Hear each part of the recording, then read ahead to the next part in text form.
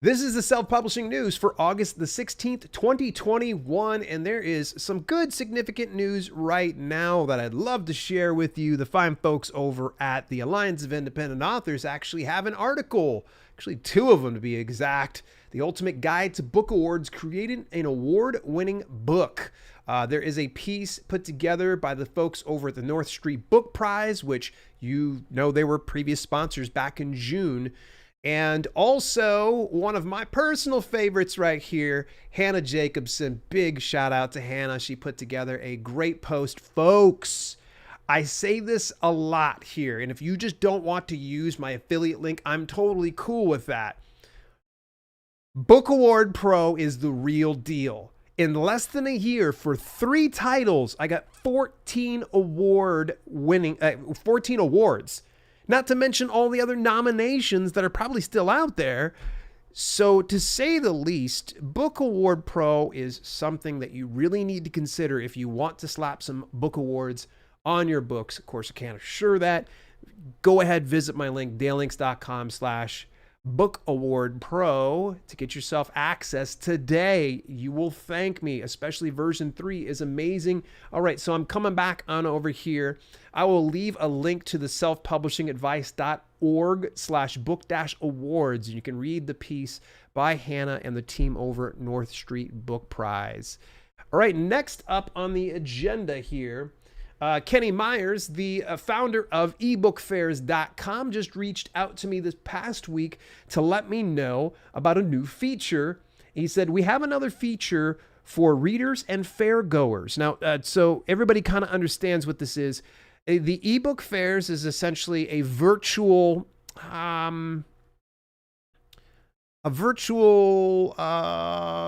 book fair, for lack of better words. You get with other authors and you kind of put together like all your different books on one landing page. It's pretty neat. It's very well put together. You get to pick and choose who you would like on your ebook fair. And what ends up happening is the rising tide raises all boats. People sell more books. So I wanted to kind of tell what eBookFairs was first before I go over and start reading his message. So let's go back to that. We have another new feature for readers and fairgoers. They can now save their favorite books from each fair in their own personal reading list. They can also search our directory of books if they prefer, rather than waiting for a fair to find the next rare read to put on their list. This is another feature like the fair invites that I think are game changers for all authors on eBookFairs. Now, I just need more authors as always. And if you're an author, go check it out. eBookFairs is not paying me a single dime to share this with you. I just think it's just an amazing opportunity here and just another avenue for you to consider in marketing and promoting your book. Moving forward, the fine folks over at Hidden Gems. Hidden Gems Books is an advanced reader copy service that you're able to sign up for. If you do want to sign up for it, by the way, there's typically a wait list of about a year before you can get an ARC team. In fact, I think I'm finally getting my ARC team here at the end of August through Hidden Gems Books. By the way, that's hiddengemsbooks.com. But they actually had a really good email this recently. As usual, I'll drop a link inside the description so you guys have this. It's to let you know about MOBI. Now, not to be confused, MOBI is still an acceptable format. It's just not a format that KDP wants to continue to use. They're more focused on EPUB and all those other type of things. But MOBI files are still very much readable on Kindle e-readers. Even people that have uploaded MOBI files for previous books really don't have to worry about it unless they go and update it. Then you have to change out the format. But they really did a very good piece on this, and I don't want to steal all the information. Instead, send you to the piece so you can read it. Source of confusion number 1, Amazon. Source of confusion number 2, Vellum, which they pretty much said like Vellum came out like, nah, no more MOBI files. That's it. We're not going to do them for you. And apparently they actually still have the capability of doing MOBI files. So there's more details in that Hidden Gems email, and I highly recommend sign up for Hidden Gems Books email list. It's really, really good. They're putting out usually weekly emails and give some great information, including, of course, they're talking about their Radish experiment, which those of you are familiar, Radish is very similar to Kindle Vella. In fact, it actually came before Kindle Vella and such. All right, coming on over to the next piece of news here. The fine folks over at Lulu are putting on a free webinar Okay, just so that everybody's defenses comes down a little bit and you loosen up just a little bit. You hear webinar and you start to think, oh my gosh, here we go. They're going to try to sell me on something. I really need to get with like Lulu and KDP and let them know like, hey, webinar typically means you're going to end up selling something to somebody.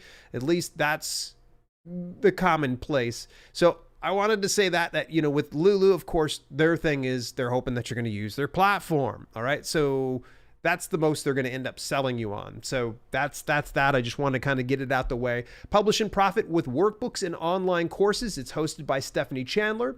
If you enjoy teaching workbooks and online courses, have tremendous potential for boosting business revenue. Workbooks are lighter in content than a typical trade book. It often have a higher perceived value with buyers, meaning you can charge more for them.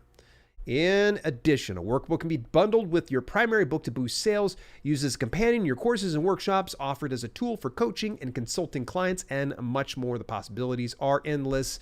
I will drop a link to that. That will actually be on August 18th. That's this Wednesday at 12 p.m. So if you're watching this on the replay on Wednesday morning, you may want to go visit that link to register for a spot so you don't miss out on it. All right. Next up in the news, look at that at the very top there. The July KDP Select Global Fund is $38.1 million. Oh my Lord, who wants a piece of that? $38 million. It's nuts.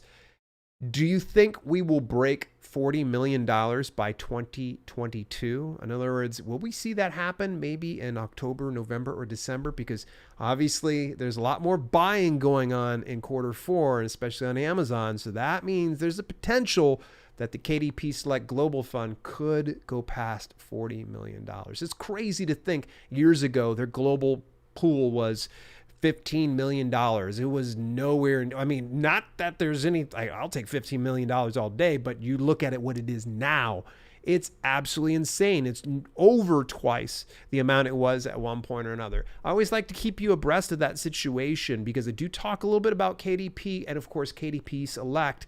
And when you see that number going up, that hopefully means that you'll continue to see a reasonable payout for each one of your page reads. But it just depends a lot on the competition and the global pool. So, all right, next item in the news. Oh my gosh, Goodreads comes to the front of my email queue. There's probably, I'm saving this best one for next to last. How extortion scams and review bombing trolls turn Goodreads into many authors' worst nightmares. This is a piece on time.com.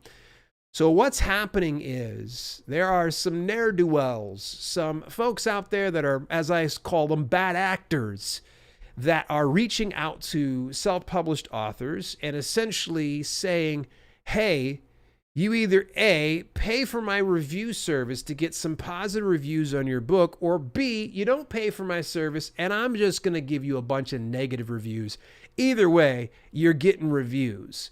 And so this person was just hammered. We're talking like a vast majority of their ratings and reviews over on Goodreads platform dropped to like one star. And what's happening is they're just going in and bombing it. And there also is another angle of things of who's doing it. Sometimes it's not just someone who's trying to sell their scammy service, and other times there's possibly some competition out there or people who perceive themselves as competitors and are willing to invest a little bit of money and get a little bit of mud on them in order to take you down just a little bit. This is something I just really want to bring to light right now is Goodreads is a fantastic platform. If you're not familiar with it, I'd recommend go visit it. It is a social media platform for readers, for people that are voracious readers, and it can actually be quite influential in people's purchasing decisions for your ebook, your print book, or any of your books that are listed on the site. And as you know, or may not know, Goodreads is actually run and owned by Amazon. Amazon picked it up in 2013. So they've been running that kind of behind the scenes and such. And I've seen them implement a little bit of their review theory from over on the Goodreads platform over to Amazon, especially the ratings, because it used to be if you wanted to leave a star rating of some sort, you had to leave some words in some capacity of your experience with the book. Now you can just simply hit a star and move on. And that's something that's very much like what Goodreads is. And I don't know, and I hate to speak out of turn, and I don't want to speak ill of Goodreads, because I do believe it has a lot of promise. But what I've noticed is there's a little bit of a toxic culture over on Goodreads where it's almost encouraged that, well, if it's a book, you're just going to give someone 3 stars. 4 stars, ooh, that was actually really good, almost impeccable. 5 stars, no, that's not possible. No, don't. Why do you have a 5-star available if people can't be able to utilize that Goodreads? I just kind of want to know this. I would love to see something put in place into Goodreads the same way they have implemented on the Amazon platform, because when reviews get tampered with on Amazon, people will see the source and knock it down. So why can't we take that same system and apply it over on the Goodreads platform? Hello, Amazon, wake up. Anyone home? Like, you're letting the inmates run the asylum, and that's just absolutely beyond ridiculous. If you really do value people's opinions and the reviews that they place on your Amazon platform, then it should be the same on Goodreads. So let's get with the times, especially since Time.com just literally called you out. If you're allowing this to happen on your platform, that's on you. And I can't be able to sit back here and tell people Goodreads is all that great if extortion, scams, and review bombing is happening. That's garbage. Trash.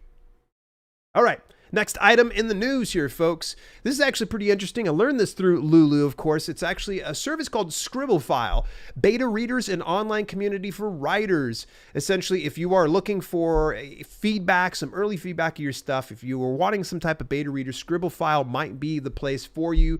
blog.lulu.com/scribophile-review gives you great insights from the gang over at Lulu. I'm really interested in checking out the Scribophile platform, and I might actually just reach out to them so that way I can get it straight from the horse's mouth. If you tried Scribophile, I definitely would love to hear from you and your thoughts on that. And of course, the thoughts of self-publishing news this week. What do you find most interesting? Other than me melting down about, Goodreads. And in the meantime, stay tuned for more self-publishing news. That's going to be the news for the day here, folks.